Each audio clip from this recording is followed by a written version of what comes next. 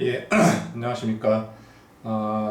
시민과학단 스마트 건강 세종 지역 자생식물의 면역 치료 기능 탐색에 대한 최종 결과를 보고할 고려대학교 생명정보공학과 전현식입니다. 이 최종 보고서에서는 지난 몇 주간 시민과학단 팀과 학생팀이 그 세종 지역 자생식물의 어떤 후보 물질들, 어떤 치료에 도움이 될 수 있는 후보 물질들에 대한 어떤 검색 결과 및 후보 물질 선별에 대한 결과에 대해서 말씀을 드리는 시간을 가지려고 합니다. 간단하게 이 연구를 수행하게 된 어떤 이유, 목적 및 필요성에 대해서 간단하게 말씀드리겠습니다. 잘 아시는 것처럼 세계적으로 이제 식물 자원 다양성의 어떤 경제적 가치가 매우 높아지면서 국가별로 이 식물 자원 확보와 소재 자원 구축을 위해서 부단히 노력하고 있다고 많이 알려져 있습니다. 마찬가지로 국내에서도 산림청이나 아니면 농촌진흥청, 과기정통부, 환경부에서 이러한 우리나라에 존재하고 있는 그런 식물 자원을 수집하고 그 데이터베이스를 구축하기 위한 노력을 많이 하고 있고, 일예로 산림청의 경우에는 약 3,600여 종 이상의 어떤 식물 자원을 확보하고 있다라고 알려져 있습니다.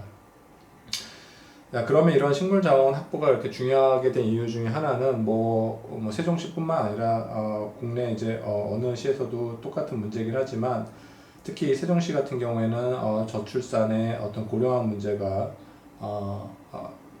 큰 문제로 지금 대두되고 있는 상황입니다.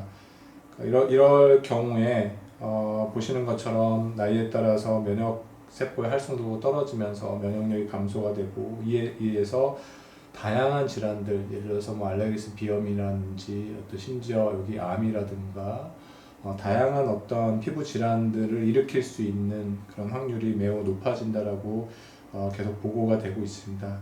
그래서 이렇게 확보된 자생식물을 활용하여서 이런 항염이나 항암, 면역 증지 등을 개발하는데 적극적으로 사용하고자 전 세계적으로 많은 식물 자원들을 지금 확보하고 연구를 진행을 하고 있습니다.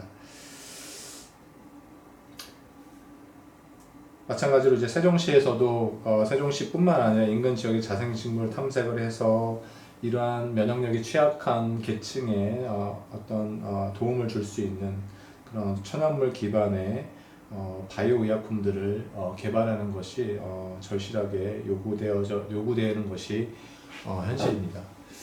그래서 일단 바이오 의약품이라는 것이 뭔지 간단하게 설명을 드리겠습니다. 바이오 의약품이라고 하는 것은 여기 보시는 것처럼 사람이나 어떤 다른 생물체에서 유래된 것을 원료 또는 재료로 활용을 하여 제조한 의약품이라고 말할 수 있습니다.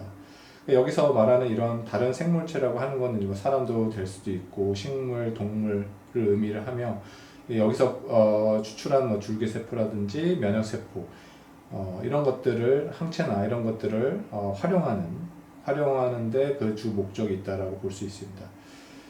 그래서 저희 시민과학단 팀에서 하고자 했었던 것 중 가장 대표적인 거는 이 식물 추출물에 포커스를 맞추고자 했었습니다. 그래서 가장 우리가 쉽게 얻을 수 있고 가장 확보하기 쉬운 그 생물체이기 때문에 이 식물을 주로 사용하는 것으로 저희 시민과학단 팀에서 개발 식물 추출물 유래 바이오 의약품을 개발하는 것을 목표로 하고 있었습니다. 그래서 기존의 전통적인 방식의 바이오 의약품 개발의 예를 보면 잘 아시는 것처럼 생강이라든지 귤껍질이라든지 파프리가 각각 염증, 항염이나 아니면 소화장애나 설사, 저혈압에 효과가 있다라고 이미 많이 알려져 있어서 사용하고 있고요.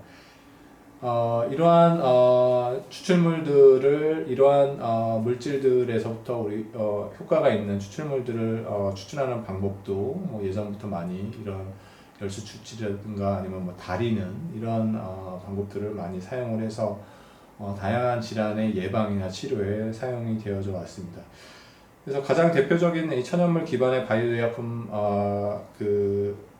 예를 보면 탁솔이라고 여러분 많이 잘 아실 텐데, 이게 이제 주목나무에서 있는 유효 성분이라고 알려져 있습니다. 이 탁솔이 지금 이 60kg의 주목나무에서부터 시료 2.5g을 추출해서 이 물질을 이제 탁솔이라고 하는 이 항암 치료제로서 많이 사용을 하고 있습니다. 특히 뭐 유방암이나 자궁암 아니면 항치료로 병행할 경우에 이렇게 생존율이나 재발률이 아주 개선이 되는 걸로 많이 알려져 있습니다. 가장 대표적인 어떤 천연물 기반의 바이오의약품의 한 예라고 볼 수 있고요. 그 외에도 외에도 아스피린이나 아니면 타미플루, 그다음에 뭐 은행잎 X나 아니 이런 것들이 이제 주로 원료들이 바로 식물 추출물입니다. 버드나무나 서양주목이나 이런 은행잎 이런 것들이. 그래서 이런 천연물 기반의 그 바이오약품들이 개발이 되면서 많은 제약회사들에서 관심을 가지고 있어 왔습니다.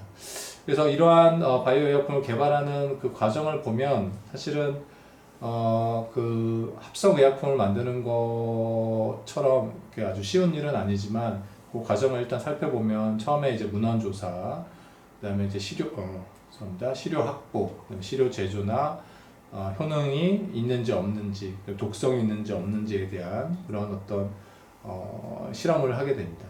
이러고 나서 이제 임상 실험을 거치고 나면 이제 자생식물 기반의 바이오의약품, 탁솔 같은, 아스피린 같은, 타미플루 같은 바이오의약품이 개발이 된다고 볼 수 있습니다. 그래서 저희 이번 시민과학단 팀에서는 주로 여기 지금 이 문헌 조사에 포커스를 맞춰서 어떤 자생식물을 우리가 사용할 수 있는지에 대한 데이터베이스를 구축하는 데 주로 초점을 맞췄습니다. 사실은 이 자생식물 기반의 바이오의약품 개발하는 과정에서 어떻게 보면 가장 중요한 부분이라고 할 수 있습니다. 그래서 저희 시민과학단 팀은 이렇게 기존 논문이나 아니면 기존 자생식물에 대한 어떤 연구 결과나 이런 것들을 조사하는 그런 일을 수행을 했습니다. 그래서 실제로 저희 연구실에서 이런 과정을 거쳐 문헌 조사나 이런 검색 과정을 통해서 자생식물 기반 바이오의약품 후보 물질을 개발한 사례를 잠깐 보여드리겠습니다. 보시는 것처럼 저희가 이제 식물 이름을 구체적으로 말씀을 드릴 수가 없어서 천연물 A 이렇게 B 이렇게 말씀을 드리겠습니다. 그래서 천연물 A라는 그러니까 식물 A라는 식물에서부터 추출한 B 성분을 포함하는 어떤 체중 감량을 하는 그런 효과가 있는 식물 후보 물질들을 저희가 찾아냈고요. 실제로 동물 실험을 했을 때 보면 이렇게 체중이 유효하게 감소되는 걸 확인할 수 있었으며, 또 여기 보시면 BMI 값들이 뭐 체중이나 아니면 팻의 양이나 이런 것들이 이렇게 현저하게 감소가 되는 것을 저희가 관찰을 할 수 있었습니다. 결론적으로 말씀드리면 정상 마우스 대비 약 한 5에서 10% 정도의 체중이 감소되는 부분을 저희가 관찰할 수 있었으며,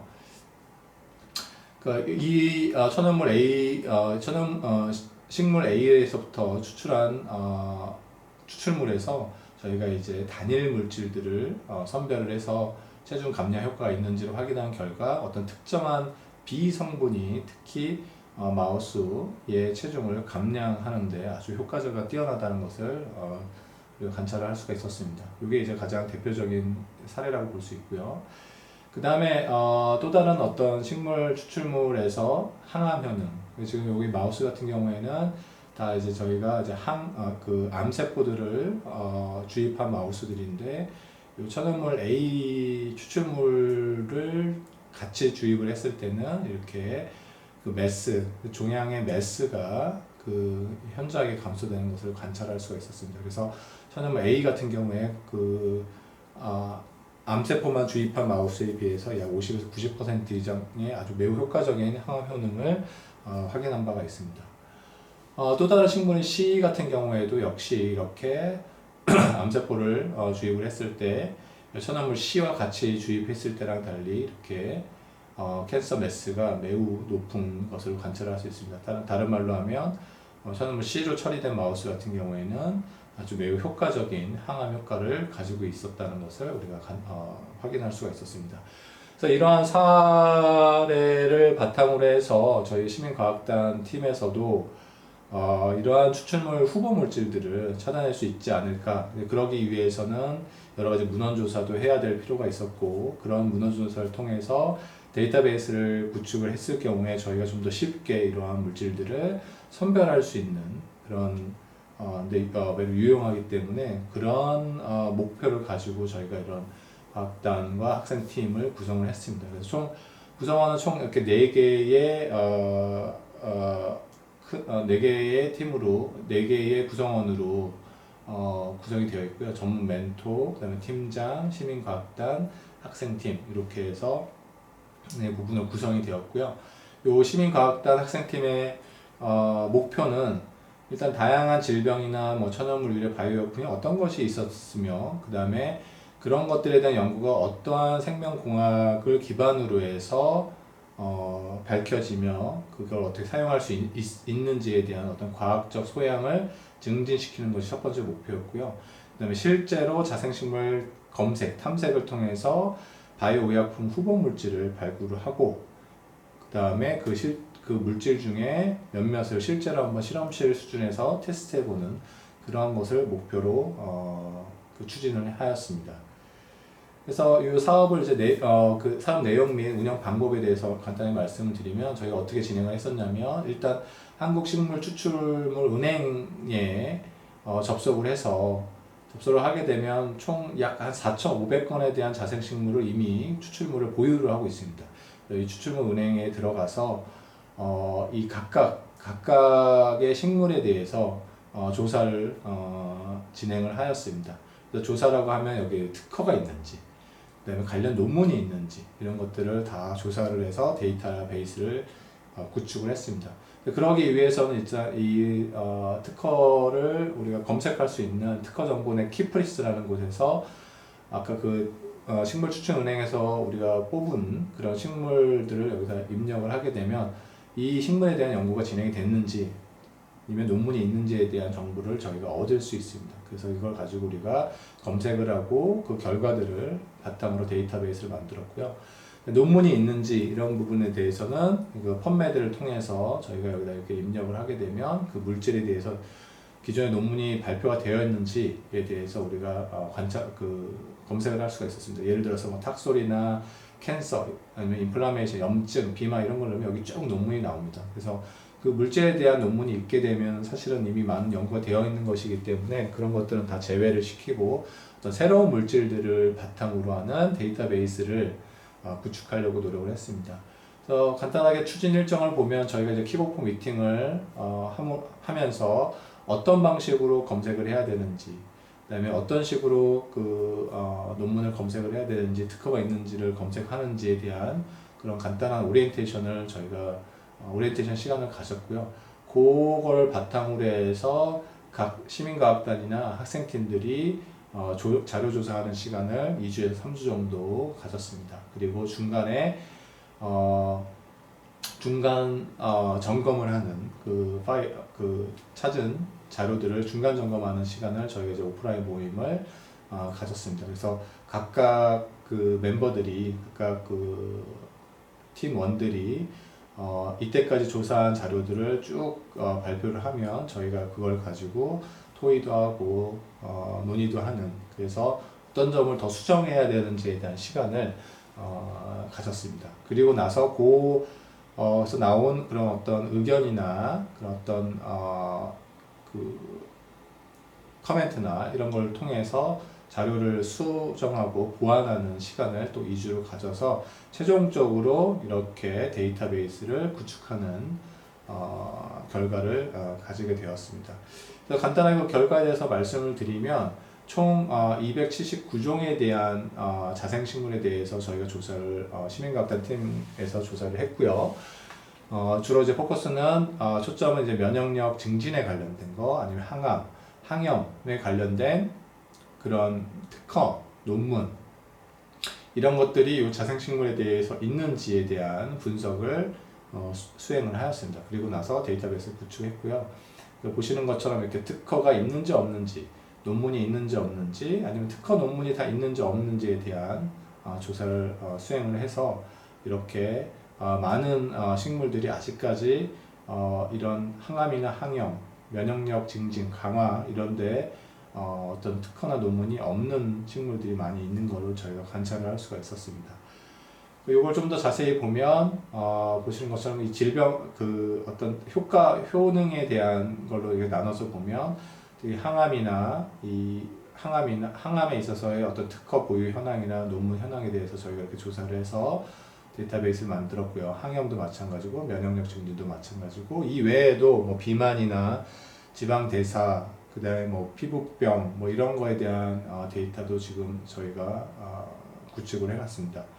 그래서 이 중에서 면역력 증진이나 항암, 항염 관련 특허 및 논문이 없는 후보 자생식물 5종을 시민과학단 팀과 학생팀에서 각각 선별을 했습니다. 그래서 보시는 것처럼 국문학명, 식물의 국문학명이나 국문관용명, 그 다음에 영문학명, 그다음에 영문일반명 이런 식으로 해서 이 각각의 이름에 따라서 특허가 나오지 않기도 하기 때문에 저희가 이런 식으로 4가지 텀으로 4가지 용어로 저희가 다 논문과 그 특허 검색을 진행을 해왔습니다. 그래서 5가지 후보 물질들이 일단 선별이 됐고요. 예를 들어서 뭐 까마귀 베개나 검노린재, 모람, 다적금나무, 하늘말라리 여기 사진에 보시는 식물들입니다. 그래서 이 식물들의 추출물들이 이미 그 식물은행 추출물 식물 추출물 은행에 가지고 있기 때문에 저희가 이 모든 식물 추출물들을 구매를 해서 분양을 받아서 그 실험실 수준에서 저희가 테스트해보는 그 계획을 가지고 있었습니다. 근데 이제 시간이 모자라서 저희가 한 가지 식물만 가지고 저희가 실험실, 연구실 수준에서 한번 진행을 해봤습니다. 첫 번째 이 자생식물 A 식물에 대해서 저희가 이 항암 효과가 있는지에 대한 기전에 대해서 저희가 측정을 했고요. 그래서 보시는 것처럼 뭐 A54구나 이 AGS나 이런 애들이 다 암세포들입니다. 그래서 이 암세포들에 비하면 보시는 것처럼 우리 그 자생식물 A 추출물로 처리했을 경우에 처리하지 않은 세포보다